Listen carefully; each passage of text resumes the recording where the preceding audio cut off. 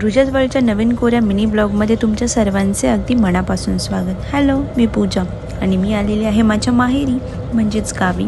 आणि मी फॅमिलीसोबत चालली आहे रेणुका देवीचे दर्शन घेण्यासाठी. दुपारचे 3-3:15 वाजले असतील. आम्ही घरातून सर्व आवरून निघालो.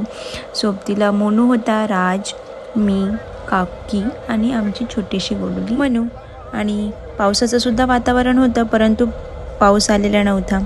मंदिरापर्यंतच्या मार्गाला दोघी साईडने मस्त डोंगर आहेत आणि आता सध्या तर पावसाळ्याचं वातावरण आहे. सो दोघंही बाजूने हिरवगार होतं आणि अशा वातावरणात आम्ही मस्त हसी मजाक करत रेणुका देवीच्या मंदिरापर्यंत पोहोचून गेलो. हातपाय धुतल्यानंतर देवीचे ओटी भरण्याचे सामान घेतले आणि मंदिरामध्ये मोबाईल नेण्यास सक्त मनाई आहे. सो मंदिरातले मी काही क्लिक केले नाही, परंतु आमचे खूप छान दर्शन झाले. आणि आता लवकरच नवरात्री उत्सव सुरू होत आहे, म्हणून इकडे मंदिराची सजावट आणि पाळणे वगैरेचे डेकोरेशन चालू होते. आणि आता आम्ही कुठे चाललो आहे आता चाललोय आम्ही शनी मंदिरात गाईच. थँक्यू. याला तर तुम्ही ओळखलंच असेल, अतिशय फेमस व्यक्तिमत्व. आणि त्यानंतर मोनू आम्हाला घेऊन गेला वर्दडी येथील शनी महाराज मंदिरामध्ये.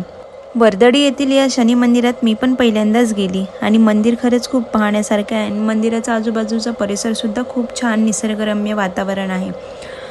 शनी महात्म्य ऐकताना जेव्हा राजा विक्रमादित्यने थट्टा केले आणि काही काळानंतर विक्रमादित्यला जेव्हा 7:30 सुरू झाली, तेव्हा शनी महाराज त्यांना म्हणाले की जा घोडे फिरवून बघ. आणि ही शिक्षा दिल्यानंतर 7:30 चालू असताना राजा विक्रमादित्य घोड्यावर बसला आणि त्याच घोड्याने नंतर ह्या दरीतून खोल उडी घेतली. हे ते मंदिर, हे त्या घोड्याची टापा, ते पाहण्यासाठी आम्ही शनी मंदिरापासून 300 पायऱ्या उतरत खाली गेलो.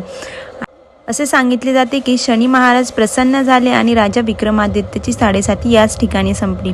तुम्ही पण कधी रेणुका देवीच्या दर्शनाला गेले तर चांदवडपासून अगदी 8 किलोमीटरच्या अंतरावरच हे शनी महाराजांचे मंदिर आहे. तर एकदा नक्की दर्शनासाठी जा आणि भेटूयात पुढच्या व्लॉगमध्ये. बाय.